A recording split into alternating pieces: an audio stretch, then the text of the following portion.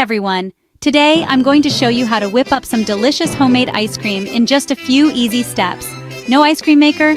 No problem. First off, grab a large bowl. You'll need just 3 basic ingredients to start: heavy cream, condensed milk, and vanilla extract. That's right, it's that simple. Now pour 2 cups of heavy cream into your bowl. Grab your electric mixer and whip it on high until the cream forms stiff peaks. This is your workout for the day, so really go for it. Once you've got those peaks, add in 1 can of sweetened condensed milk and a teaspoon of vanilla extract. Gently fold these into your whipped cream. This is where the magic happens. You're creating the creamy base for your ice cream.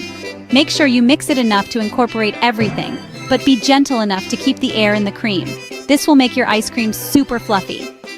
Next, it's time to get creative. You can add anything from chopped chocolate to berries, nuts, or even cookie bits. Just fold your favorite add-ins into the mixture. Today, I'm going a bit classic with some chocolate chips and a drizzle of caramel. It's going to be delicious. Once you've mixed in your add-ins, pour the mixture into a freezer-safe container. Smooth out the top with a spatula and cover it tightly with plastic wrap. Now, the hardest part, waiting. Freeze your mixture for at least 6 hours or overnight for the best results. After those long hours, take your ice cream out, scoop it into a bowl or cone, and there you have it. Your very own incredibly creamy homemade ice cream.